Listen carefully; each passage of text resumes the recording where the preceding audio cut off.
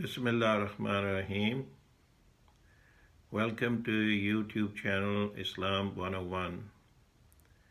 These days, there's a big debate going on among Muslims about the issue of closing the masajid. On the one side, there's a group that thinks that by keeping the masajids open, people's lives are going to be endangered. And there's another group that thinks that by closing the masjids, the lives of the people will be endangered. So there are two different views or two different ways of looking at this issue. Those people who want to close the masjid give the argument that people who go there might get infected or might transmit the virus to someone. Now, this argument is not used to close the marketplaces, the hospitals, and other public places where a lot more people go on a daily basis. You never hear this argument that people should not go to the stores, people should not go to the hospitals or other places, because the same thing can happen there. They can get infected or they can transmit the virus to somebody. But when it comes to the masjids, they think that they will be endangering their lives and other people's lives. So they think to save life, the best course is to close the masjid. And sometimes they give this argument that Rasulullah allowed people to pray in the house when there was rain, or when there was plague. The hadith, the quote is that he said people should not go to places where there is a plague or not come out of those plagues. But what they don't say is that Rasulullah did not say that you should close the masjid. There's not a single hadith to that effect that he allowed people to close the masajid, or the Sahaba allowed. There was disease, there were plagues during that time, but you will not find anything saying to the effect that you should close the masajid. The choice to pray at home is being used as an argument to close the masajid. So this kind of thinking has confused a lot of people who think that just because there's a choice, you can pray at home, the management or the administration should close the masajid and not let people come. And this is very unfortunate, because masajids are the places where Allah subhanahu wa ta'ala is glorified, is remembered. And there are so many hadiths to the effect which they don't quote, that say, they tell people the benefits. And one hadith that they don't mention is that Rasulullah said that I wish I'd make somebody imam and go and burn the houses of people who pray in their homes. So you'll never hear them say that hadith. Or the hadith that he said, when Allah subhanahu wa ta'ala has decided to destroy a locality, he sees some people frequenting the masajid, he holds back the punishment from that community. So the arguments they use are basically that this is to protect life, and life is very important and very sacred, which no doubt it is. But the argument they don't mention is that this is exactly the reason why people who go to the masjid are doing that, because they consider human life to be very important, and they understand and they believe that Allah is the one who makes the decision whether a person lives or he dies. The one who makes the decisions is the one who is glorified, who is remembered in the masajid. And they're trying to close the places which are most loved by Allah subhanahu wa ta'ala. According to the hadith of Rasulullah, the masajids are the best places on this earth. These are the places which have been built for the purpose of the worship of Allah subhanahu wa ta'ala. It is true people can worship in their houses also, or anywhere on the earth. That is true. But this is a special place. Like when people go for Hajj, you see, that's a special place that has been made for this purpose of performing Hajj. So there is some significance, there is some importance with regards to this place. When these people raise money, they use this argument that Allah subhanahu wa ta'ala will build a house for you in Jannah if you build a masjid. So when it comes to fundraising, they are using that argument to build a masjid. But once they build the masjid, then they try to close it, or they close it, which doesn't make any sense, because this is the place from which they are benefiting. They are getting the benefits, and then now that they are in control of these places, they close these places and use arguments which are not applicable in this case. The argument about the plague and the argument about rain, they don't apply in this case, because this is not an argument to close the masajids. If people want to pray in their homes, if they have the choice, there's nothing wrong with that. They can pray in their homes. Well, why are they stopping people who want to go there and worship? And these people are going there because they believe that the help of Allah subhanahu wa ta'ala will come if Allah subhanahu wa ta'ala, when it sees people frequenting the masajids and praying for the health and the safety of everybody, the help of Allah comes.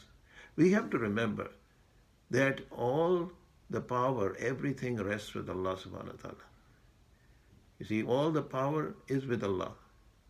And when Allah subhanahu wa ta'ala decides, then conditions will happen. If Allah decides to remove this virus, it will be removed.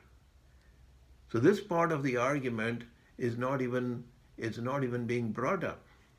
They say, yes, we have to take precautions and we have to do this, and nobody is denying that. But if this is the only thing, then when Rasulullah went for jihad, when Sahaba went to jihad, they didn't make arguments, Ya Rasulullah, how can we go to jihad? Because we might lose our lives. What about our wives? What about our children? What about our properties? You see, imagine how many Sahaba lost their lives in battle. And if this was an argument, then nobody would have gone for jihad. Nobody would have gone in the cause of Allah subhanahu wa ta'ala. Then if the argument is just stay at home and protect your lives and do nothing, and then Allah subhanahu wa ta'ala will be very pleased with you. Then if this was the argument, there would be nobody going out of Makkah and Medina. They would be staying in their homes, and Islam would have stayed in that. That Islam would have remained in Makkah and Medina, and the Sahaba who traveled hundreds and hundreds of miles for the sake of deen, they would have stayed. They would have used this argument. Ibrahim al-Islam did not have to travel hundreds of miles to go to establish the house of Allah. You see, Allah subhanahu wa ta'ala is teaching something. The deen comes with sacrifice. Iman, faith, comes with sacrifice. People cannot learn Iman by sitting in their homes and praying. You see, unless there's the whole history of Islam, look at the sacrifices of the prophets. Allah subhanahu wa ta'ala has given so many examples in the Quran of the sacrifice of the people. And Allah subhanahu wa ta'ala gave them success. Rasulullah struggled for 13 years in Makkah. Then he struggled in Medina. All his life all his prophethood is about sacrifice. The life of the Sahaba is about sacrifice. So the ulama say, if you can't even make this sacrifice, you cannot even be so scared of going to the masjid because of a virus, how are you going to do anything else? You see, one has to look into one's iman and see, what does one really believe in? Does it believe in the power of Allah subhanahu wa ta'ala? Is Allah not able to protect a person from a virus? If the person is going for his ibadah, he's not able to protect him. And Allah has told us in the Quran that if death was decreed for a person, it would come even if he was in a fortress, even if it was in the most secure place. And we see that all the time. What about people who are taking all the precautions and they still die? So death is not something which is going to go away just because we stay in our homes. This is another argument from the shaitan. This is the shaitan's argument that if you stay in your homes, you will be protected. If you go to the masjid, you'll get the virus and you'll die. And by the way, there's another point here. This disease is not like the plague where the fatality rate was 100%. Anybody who got it died. In this particular case, a lot of people are recovering. So that's another argument which is used to close the masjids. This is not one of those diseases that anyone who gets, how many people have recovered from this? And the argument which is being used is that the only way to save yourself is by staying at home. And just see the devastation it is causing in the society. How many millions of people have lost their jobs? How many businesses have closed? Even forgetting about the masjids, just see the consequences it's having on the total population all over the world. This scare, this fear that, this something is going to be, something catastrophic is going to happen if you open up these places, and so taking care on a daily basis is fine. But are people going to remain locked in their homes until some vaccine is developed or some drug is developed? That might take months, it may take years. Who makes the decision? Allah subhanahu wa ta'ala is making a decision. If Allah wants a medicine to be discovered tomorrow, it'll be done. So why not go to the place where Allah, the place which pleases Allah subhanahu wa ta'ala? Why not do things that please Allah subhanahu wa ta'ala? That Allah create the conditions. If Allah wants to cure this disease through a vaccine, Allah subhanahu wa ta'ala will create the conditions. Allah is the creator of the conditions. If Allah wants to create this, finish this disease through drugs, Allah subhanahu wa ta'ala will inspire somebody, will create the conditions for the drug to come out. So the one who is going to make these decisions, the one who makes these decisions, why not go to him and seek his help? So this is very unfortunate that people are not even being told that what are the blessings of the masajids, what are the advantages of the masjid. Rasulullah ﷺ has said so much. These are the gardens of paradise.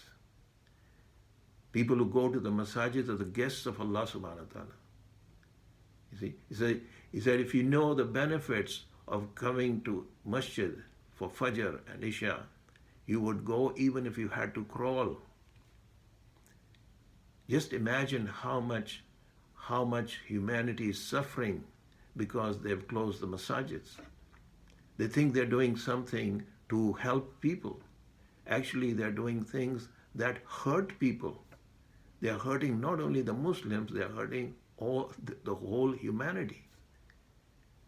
Imagine they close all the offices and all the president's house and all the establishment and everything, and now no one can go anywhere. You see?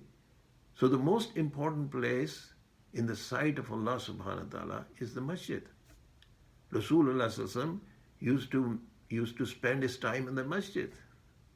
Sahaba used to spend their time in the masjid. They used to make decisions in the masjid. They didn't have offices when the Khulafa Rashidin, the Khalifa, they didn't have offices where they would go and do the work of the state. This was their office.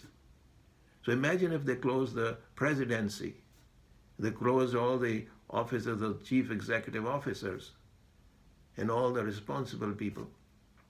What would happen? The businesses are still going on. People are still going to their jobs. People are still doing their jobs. You see, the life has to go on. So the masjid is the center of Islam.